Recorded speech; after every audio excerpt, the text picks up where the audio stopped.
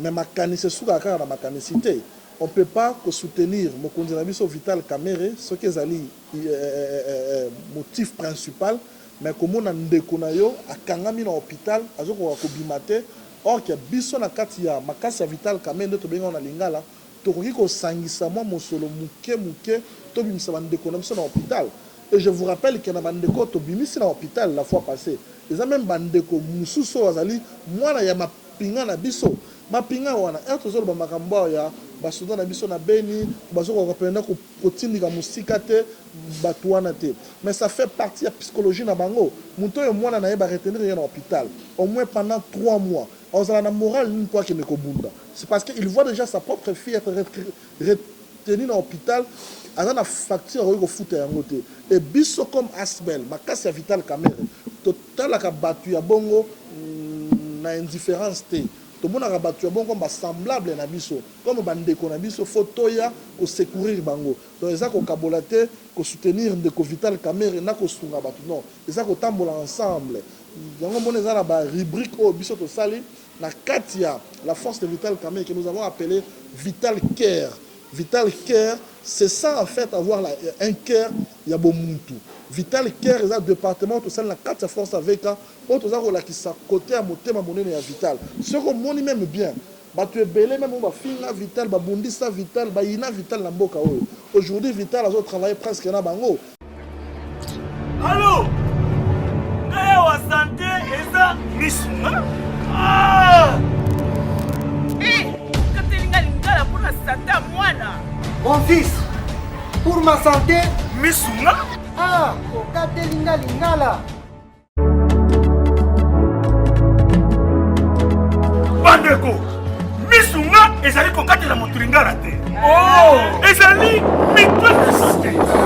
Oyo pesa meli na batu nyonso. Employé, to non employé, mutu nyonso oyo akikaka ko contribuer na mbongo mukie. Na fin du mois, kwete mokolo kobela, Misuna ezwa soin ye ya malamu na ba hôpitaux nyonso ya minene ya République démocratique du Congo. Soki maladi na yo bakoki ko traiter yango na Congo te, Misuna akozwa charge na yo okende kozwa soin na bamboka lokola Afrique du Sud, Turquie, Suède, Russie, to kala mingi te na bamboka mosusu. Soki moto oyo Misuna ezwaki charge na ye mpo na basoin, Nzambe akamati molimo na ye, Misuna akosokipe na mabe korbia. Ate bandeko bazali libanda bakoki koadere bandeko na bango ya Congo po ete bazwaka soin awa na mbongo bango bazali kokoka.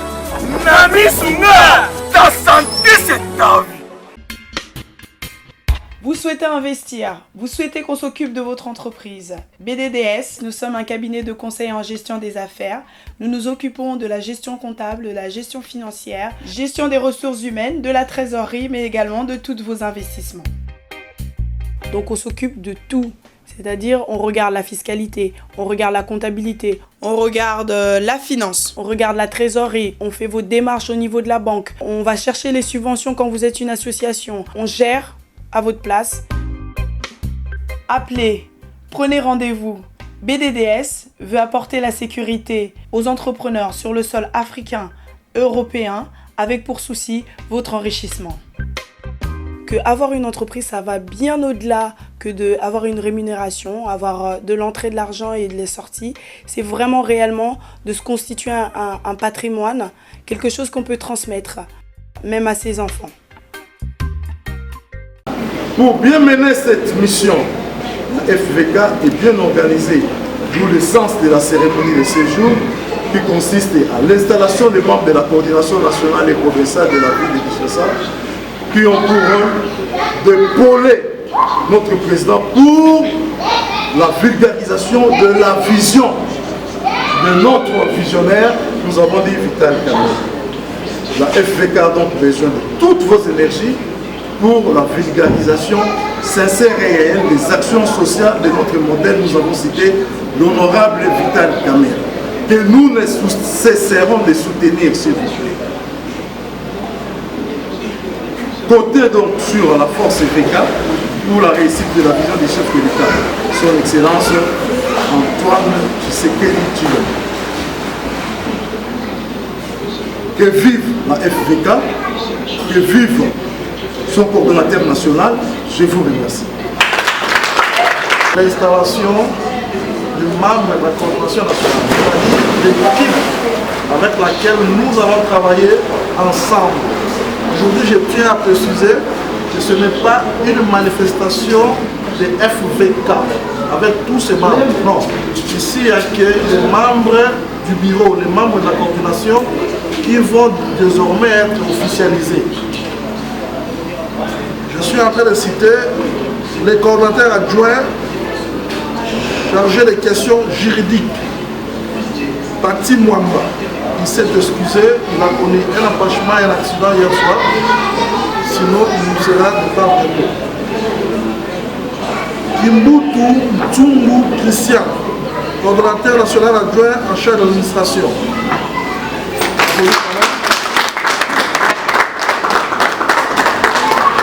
C'est mieux que vous mettez, si vous voulez qu'il y a moyen de numérer ce côté, comme ça vous allez vous installer ici.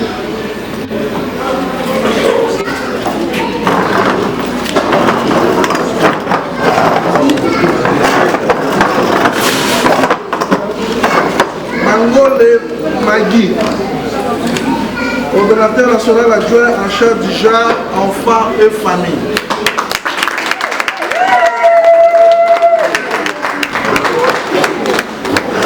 Mata Mbou Jean-Jacques, secrétaire général.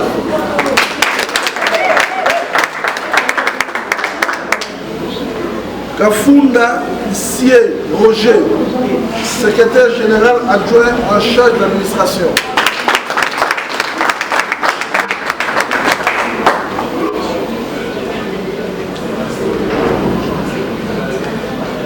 Mangala Ndoy Mamicho, trésorière.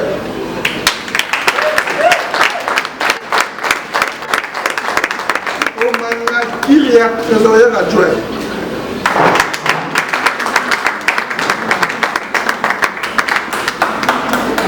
Michel, inspecteur général.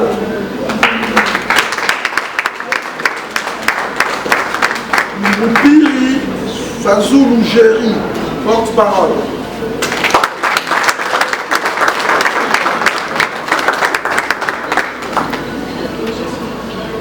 Raboué Christian, porte-parole adjoint. Raboué Christian. Voilà. Maoumou Nadia, conseillère en charge des communications.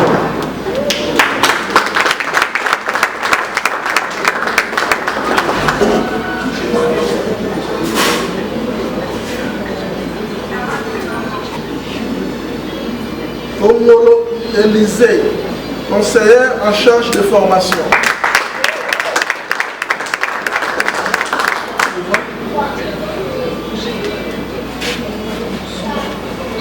Makaya John, conseiller en charge des questions juridiques. Je crois qu'il est absent.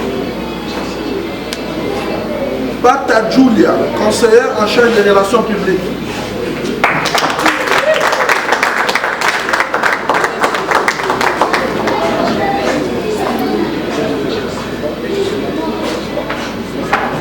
Patrick Taka, conseiller en charge de l'inspection. Patrick Taka. Pourquoi il est occupé, comme il est au travail et en réunion. Bala Pio-Levi, conseiller en charge de mobilisation et implantation.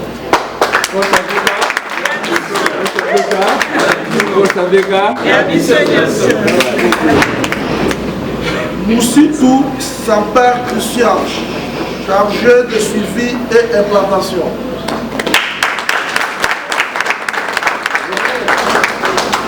Bien Zérémy, conseiller en charge de mobilisation. Bien Zérémy, je crois qu'il est aussi absent.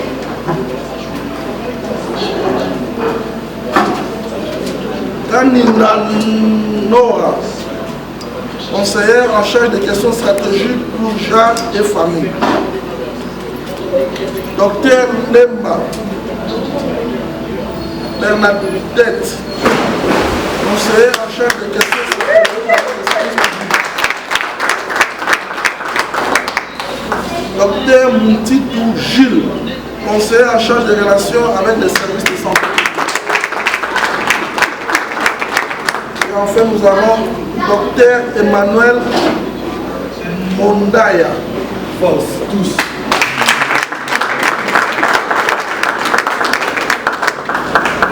Membre de la coordination provinciale, des cités retenues qu'une seule personne, Madame Moujira Betty.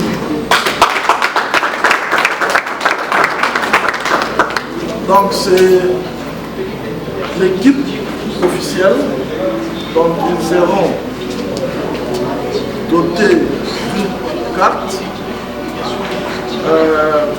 de la force de Vital Kamere. Désormais, ils vont devoir représenter la force de Vital Kamere partout. Donc c'est ça l'équipe avec qui nous allons travailler. En symbole, tous nos matériels ne sont pas arrivés à temps. En symbole, je donne l'écharpe au secrétaire général.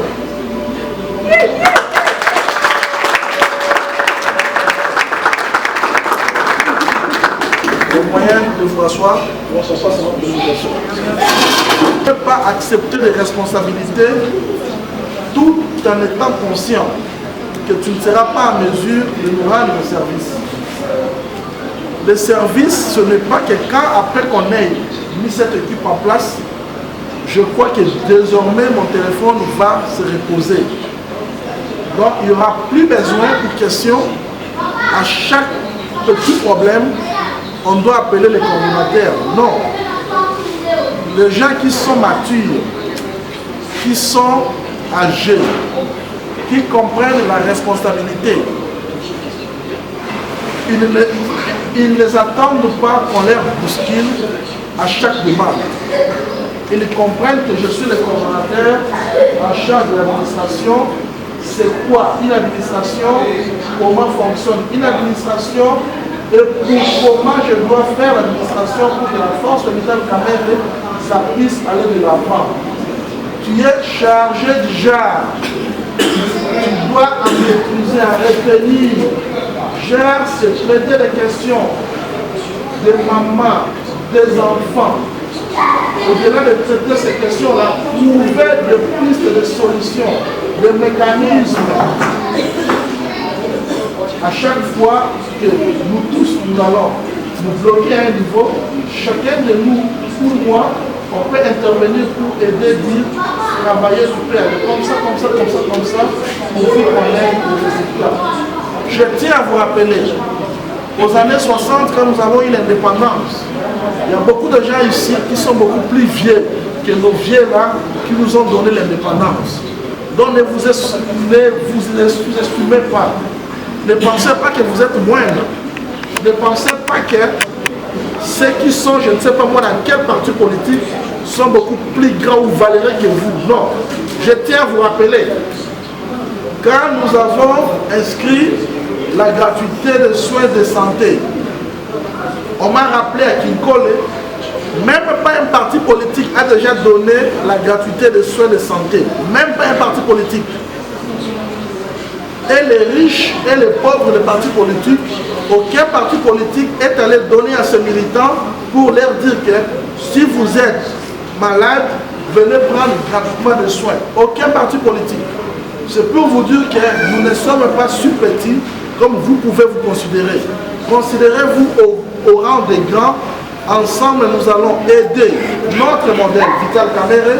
Ensemble, nous allons lui accompagner, surtout avec cet électorat de 2023. Nous croyons que le président Fachi, c'est un homme de parole. Il y a un deal qui s'est passé entre eux. Il va revenir à ça. Donc, pour dire que assumons-nous, prenons-nous en charge, travaillons main à la main, nous allons réussir. La mission pour laquelle vous avez été nommé, soyez humble et nous vous retirons. Soyez humble, qu'on vous retire la responsabilité, qu'on donne à qui peut le faire et à celui qui peut le faire. Vital, c'est un bosseur. Vital, c'est un travailleur. Vital ne compose pas avec des fainéants. Vital lui-même n'est pas un fainéant. Vous connaissez l'histoire, Vital est resté au chômage au moins 11 ans. Mais il était là matin, midi, soir à la télévision, il était là dans les meetings. Il a fait le tour du Congo plusieurs fois, étant chômeur. Donc ici, on n'ait pas cette raison que moi je n'ai pas de travail. Non. Considérons-nous, quand on suit quelqu'un, on ne le suit pas seulement pour le bonheur. Quand on suit quelqu'un, on suit aussi la personne, même dans ses aptitudes. Même comment lui a réussi à surmonter les problèmes. C'est comme ça qu'on peut suivre fidèlement une personne. Vital attend de nous être sur terrain. Lutter sur terrain. Actuellement, vous avez les actualités de gauche à droite et vous comprendrez que le nom de Vital est en silence. Or, la mission de la force de Vital Kamerhe est que le nom de Vital ne peut jamais entrer en silence. Jamais. Vital doit être toujours et beaucoup plus toujours de l'actualité. Je crois que ce sont les mots que j'avais aujourd'hui. Parce que nous, vous et nous, qui nous sommes nommés, aura des coordonnateurs, aura des conseillers, assumons-nous comme tels. Chacun de nous va devoir nous proposer là où il est, qu'est-ce qu'il peut faire, quels sont les amendements qu'il compte faire pour l'avancement de cet aspect. C'est maintenant qu'il commence le boulot. C'est maintenant que nous démarrons officiellement le boulot. Avant qu'on arrive le jour où on va devoir faire la sortie officielle, nous allons déjà engager d'ici la semaine prochaine, je crois bien, nous allons déjà engager des sorties dans chaque district. Nous allons engager des sorties dans chaque district, dans chaque coin, pour que les gens qui n'ont jamais écouté le FVK, qu'ils écoutent qu'il y a une assemblée qui s'appelle la force de Vital Kamerhe qui est debout. Et après ça, certainement ensemble avec vous qui désormais constituez les cabinets ou la coordination, nous allons nous décider à quand nous aurons notre sortie officielle. Je crois que c'est ça le peu de mots que j'avais à vous dire aujourd'hui. Un grand merci qui êtes venu. Un grand merci de vous déplacer sous cet embouteillage. Nous sommes ensemble et nous gardons la même morale. Ne vous sentez pas fustigé si vous n'êtes pas dans le gouvernement, non. Il y a encore toute une liste que je n'ai pas citée. Il y a une liste du gouvernement provincial que je n'ai pas citée. Ceux qui sont dans la province vont assister à la réunion de la coordination nationale. Et n'oubliez pas, c'est la province qui fait la force de la coordination nationale. Donc c'est vous d'ailleurs qui serez dans la coordination provinciale, vous aurez un grand boulot à faire tous les jours. Parce qu'il nous faudra enregistrer les adhérents tous les jours. Il faudra que nous comptions parmi nous des actualités tous les jours. Et c'est à travers vous que nous allons le faire. C'est avec vous que nous allons le faire. Donc ne vous sentez pas, non, moi on n'a pas soutenu mon nom, on ne m'a pas nommé. Non, non, non, non. S'il y a un souci comme ça, approchez-moi. Quand même je suis malade aujourd'hui, je ne vais pas rester très longtemps. Je dois aller me reposer. Approchez les cordons que nous vous avons présentés, abordez les sujets et ensemble nous allons voir où vous mettre si vous vous sentez prêt à travailler avec nous. Je dis et je vous remercie.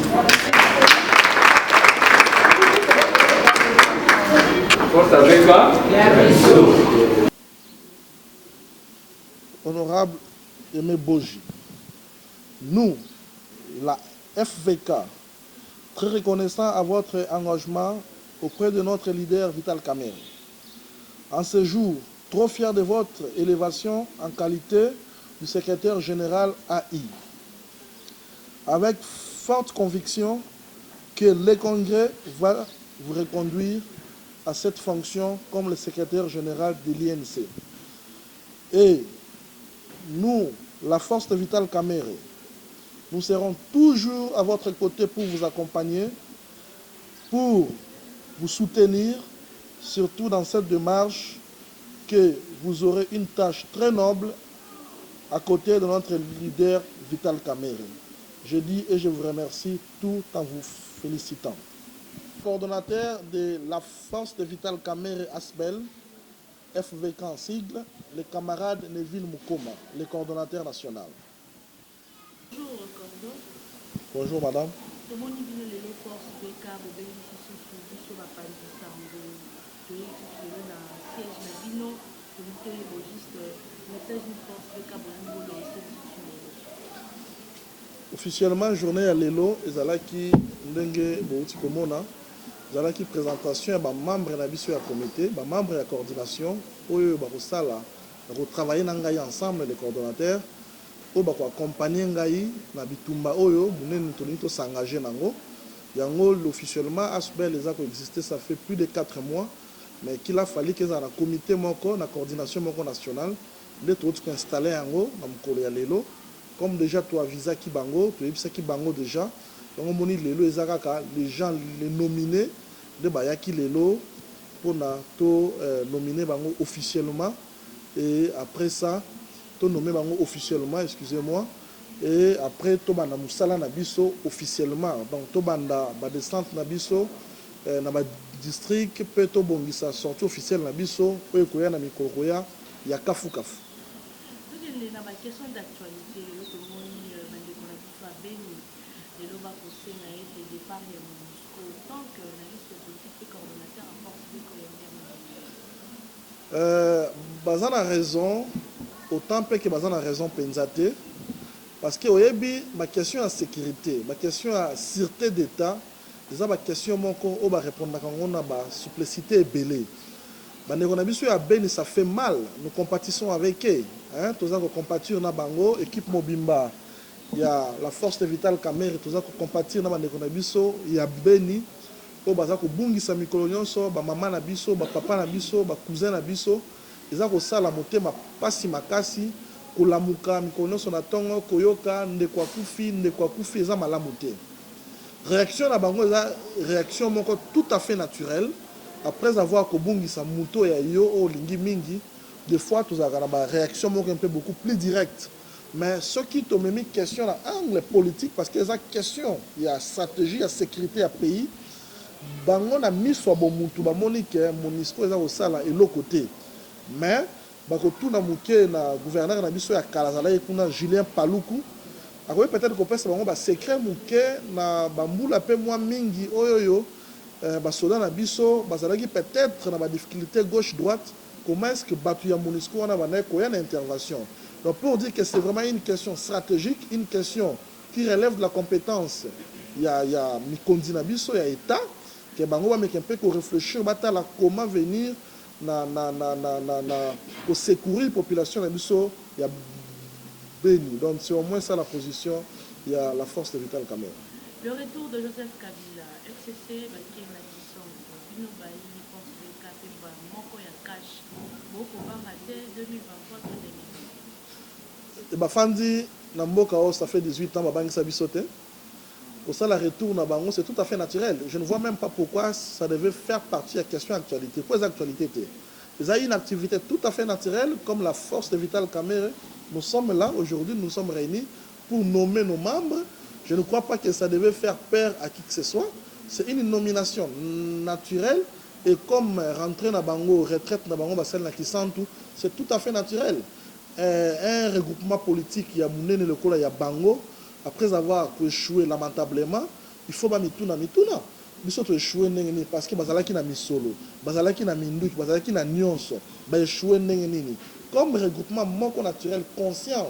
Moi, je me dis qu'ils ont tout intérêt aussi à se poser des questions. Ça ne fait pas peur, ça ne fait rien.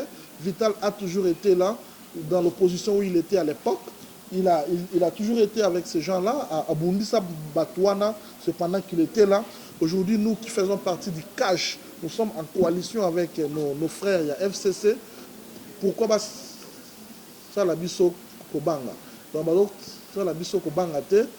Baza bandeko na biso basali rentrée politique na bango eza makambo concerné kaka bango na mokonzi na bango Kabila équipé biso ata na buto o équipé biso ezali komona mokonzi na biso Vital ndenge aza kosunga mokonzi ya mboka akokisa moni banzele bukani après mbula makasi betaki awawa mokonzi na biso ya mboka kitaki na directeur ya cabinet na Vital Kamerhe. C'est ce qui nous intéresse nous makambo bongo on occupé biso comment na ke bazo pesa ba réponse directement comment na motema neni président c'est comme na motema ya mawa comment na neni président c'est comme koyo ke la pe batu motema ya pasi ke batu bakufi na butu na tango comment na mokonzi ya mboka na directeur ya cabinet na Vital Kamerhe ko se déplacer ne ba question eza ko intéresser biso mingi la force de Vital Kamerhe eza ba question ya batu te ba individualité ce qui muto la muki na gauche toi la muki na droite ça ne nous concerne vraiment pas.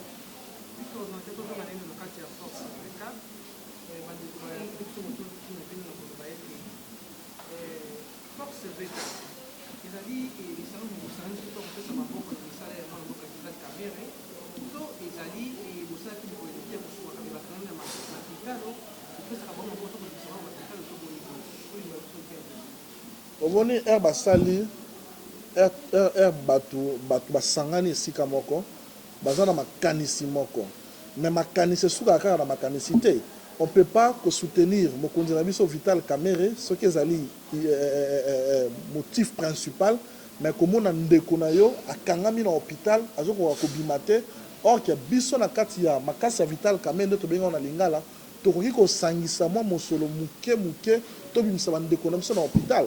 Et je vous rappelle qu'il y a un bandeko tobimisi na hôpital la fois passée. Les même bandeko mususo wazali mwana ya mapinga na biso. Mapinga wana tozo ba makambo ya basuda na biso na Beni, bazo ko rependa ko kotindika musika te batu wana te. Mais ça fait partie de la psychologie na bango. Muto yo mwana na ye ba retenir na hôpital au moins pendant 3 mois. On a la morale une fois qu'il ne kobunda. C'est parce qu'il voit déjà sa propre fille être retenue dans l'hôpital.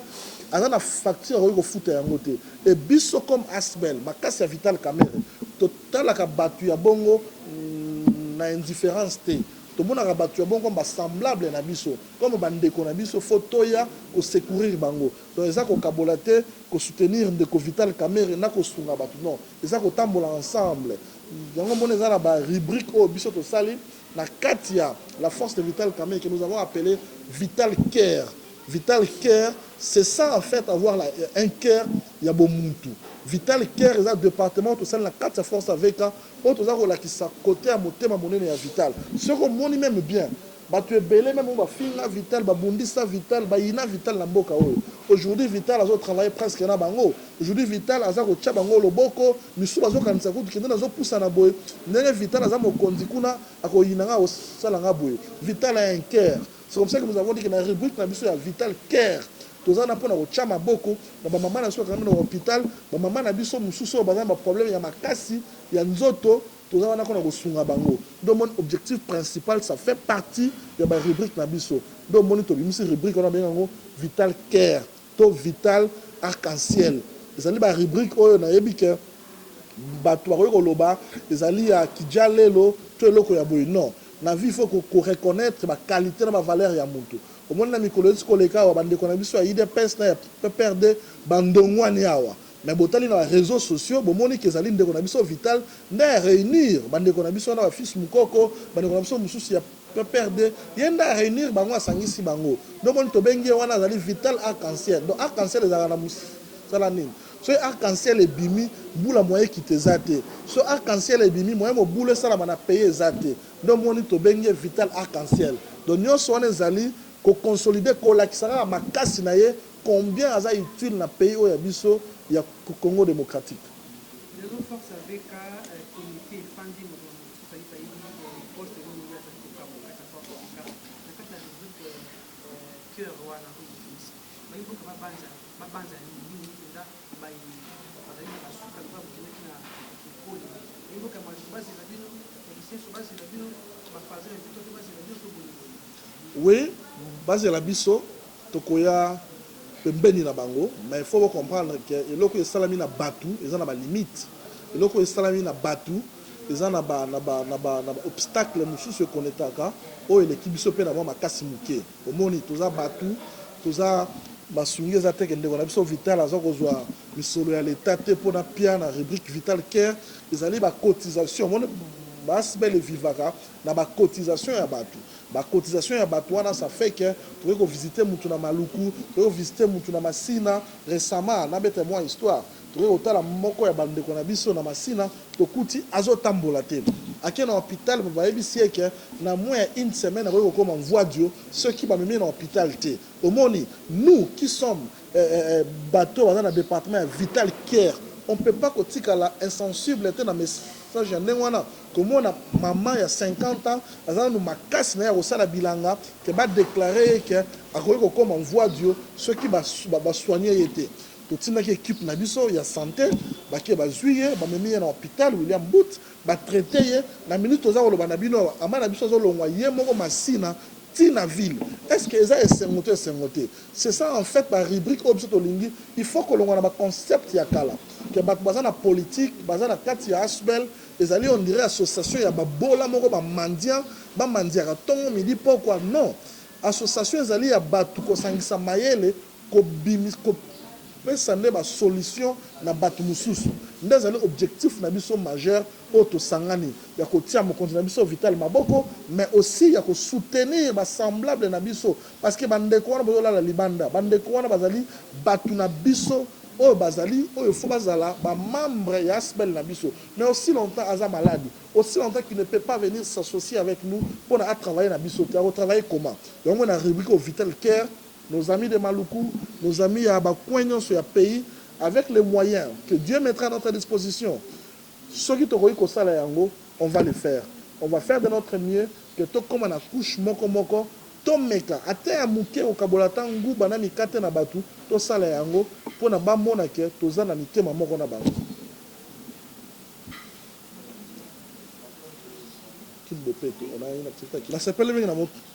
Tuna wana c'est parce que zali mo tuna moko o biso toza ko travailler sur yango.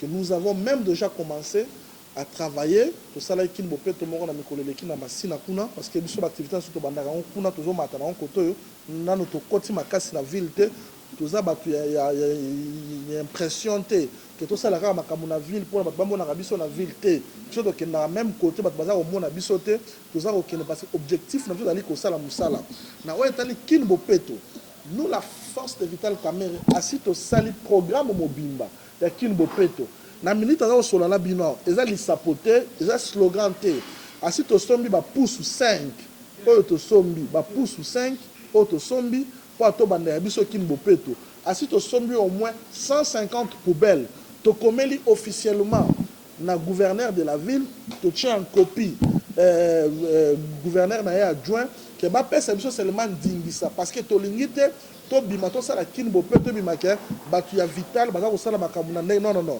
Vital azali mutu ya bwanya azali mutu ya kosala makambo na ndenge ya respect ya structure respect ya ba mikondi yango to komeli bango officiellement bapesa biso ba esika biso moko to proposer bango ba site esika oyo tomuntu ko tia ba poubelle na bare ya ba selembao parce que tout le monde qui a bakine bopeto ya batu musu eza concentré car la ville eza pour la visibilité moko ya lokuta mais nous ce qui nous concerne c'est la ville de Kinshasa ce n'est pas la petite visibilité inutile nous ce qui nous préoccupe c'est le Congo c'est la ville à Kinshasa oyo nde omoni ya biso ba point au ciblé eza na ba Masina Banjili ba Selembao Bangaba et nous allons prendre les 150 poubelles toko tia yango wana de sorte que batu bazala et nous avons au moins retenu 150 cantonniers ba jeune autour na katia asbel na biso force avec 150 cantonniers oyo ba kobanda ko sala musala ya ko évacuer etsikalika mo misala ya mike biso na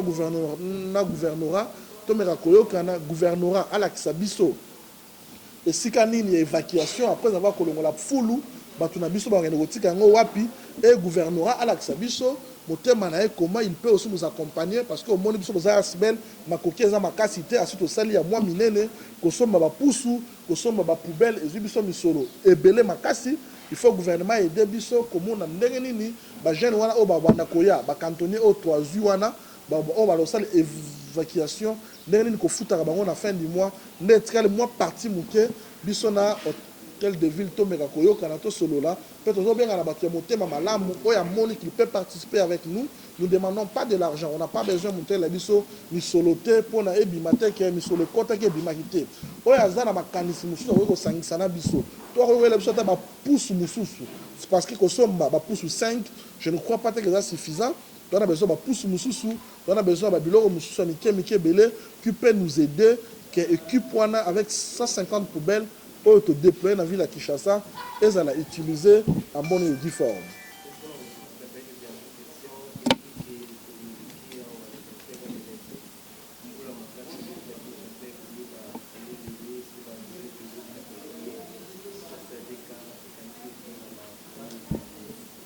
C'est comme je vous avais dit ici, la force de Vital Kamerhe, nous sommes nous aussi limités, surtout financièrement.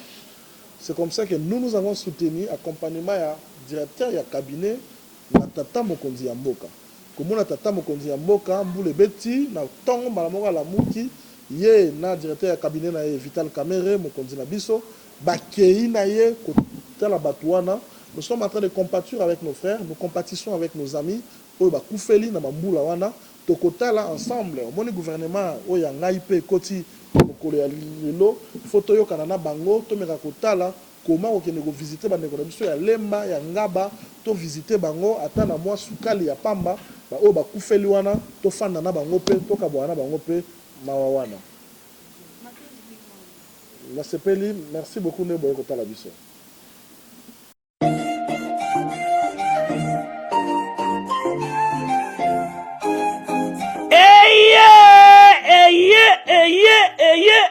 Papa, maman, tunanga nini eloko tozalaki kozela yango yo pona ba séjour na bino eleka malamu na Kinshasa Kin Label, agence de location de voitures de luxe awa na Kinshasa, ba memelu bino bongo Power Buzz Car oyo bazali na équipe na bango professionnel bazali na disposition na bino Power Buzz Car location de voiture ya sikape kitoko na prix ya malamu oyo wapi okoki ko contacter bandeko ya Power Buzz Car na ba numéro oyo plus 243 85 151 5000 topé na plus 243 82 23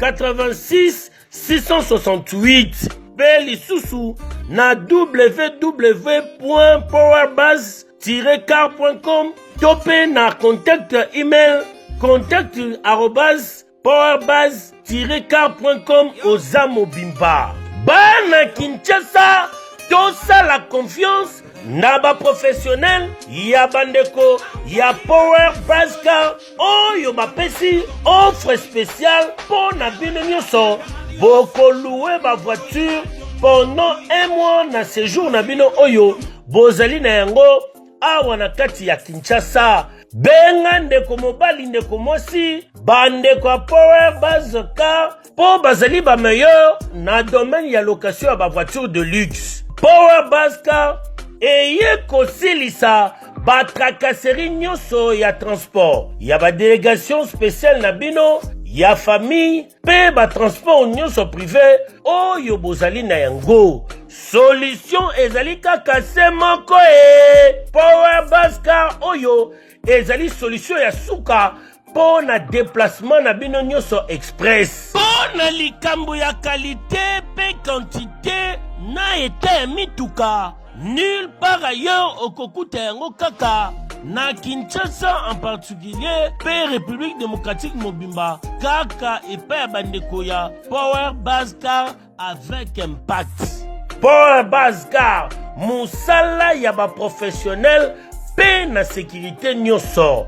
Power Buzz Car, le travail des professionnels. Que yo, oui.